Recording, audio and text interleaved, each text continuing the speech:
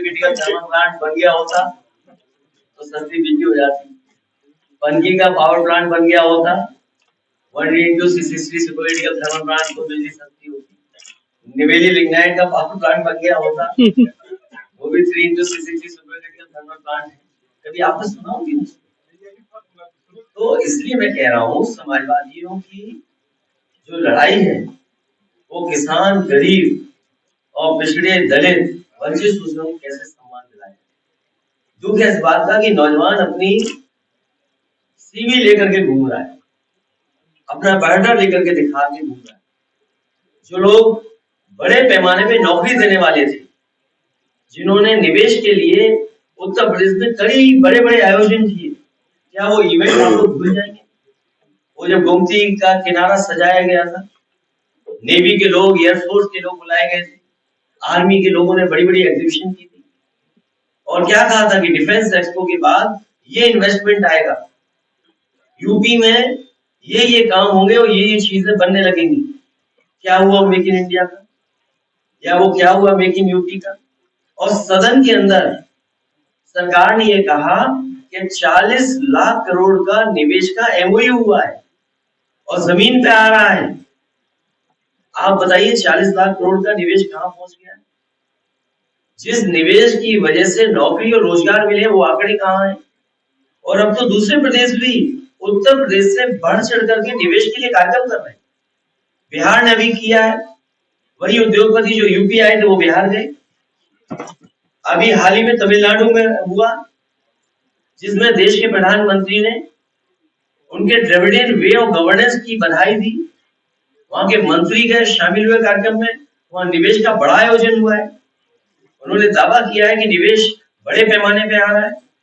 और उसके बाद आपने गुजरात का निवेश का बड़ा कार्यक्रम देखा होगा, और देखिए उस निवेश के कार्यक्रम में बड़े बड़े उद्योगपतियों ने गुजराती भाषा में कहा कि हम कहीं निवेश करें न करें लेकिन गुजरात में हम निवेश जरूर करेंगे। तो बताइए हमारे मुख्यमंत्री को क्या निवेश मिलेगा जब तमिलनाडु वाले आपसे बेहतर सुविधाएं दे रहे हैं, उनकी इंडस्ट्रियल पॉलिसी आपसे बेहतर है।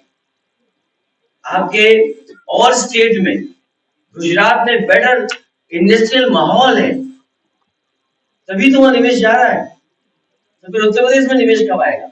और गिन लीजिए आप, वही उद्योगपति है जो यूपी में 2 बार आए, जिन्होंने एमओयू किया, उसमें से कई उद्योगपति उन प्रदेशों में गए, वहां भी एमओयू किए। तो बताइए आपका निवेश कहाँ है? तो सवाल तो इस बात का है कि लोगों के जीवन बदलेगा कि नहीं बदलेगा। आप विकसित भारत का सपना देख रहे हैं, अब अमेरिका और यूरोप की तुलना करना चाहते हैं। न हमारी सड़क उन जैसी, न हमारे अस्पताल उन जैसी, न हमारी इंस्टीट्यूशन उन जैसी, न हमारी प्राइमरी एजुकेशन उन जैसी, न हमारी हेल्थ सर्विसेज उन जैसी। आप देखिए अस्पतालों का क्या हाल है। आप किसी में देख लो, सबसे प्रेस्टीजियस मेडिकल कॉलेज है, क्या इलाज मिल रहा है वहां पर?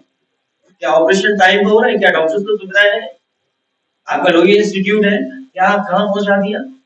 कैंसर इंस्टीट्यूट आज तक नहीं चालू कर पाए, जिसमें डायरेक्टर नहीं अभी तक। पीजीआई का हाल आप जानते हो, हम और आप सिफारिश करते रहे, मरीज को आप एडमिट नहीं करा सकते। ये हालत है मेडिकल सर्विस। और सब चले गए जाने कहा, तीर्थ यात्रा में चले गए सब। तो नौकरी कौन देगा? रोजगार कौन देगा?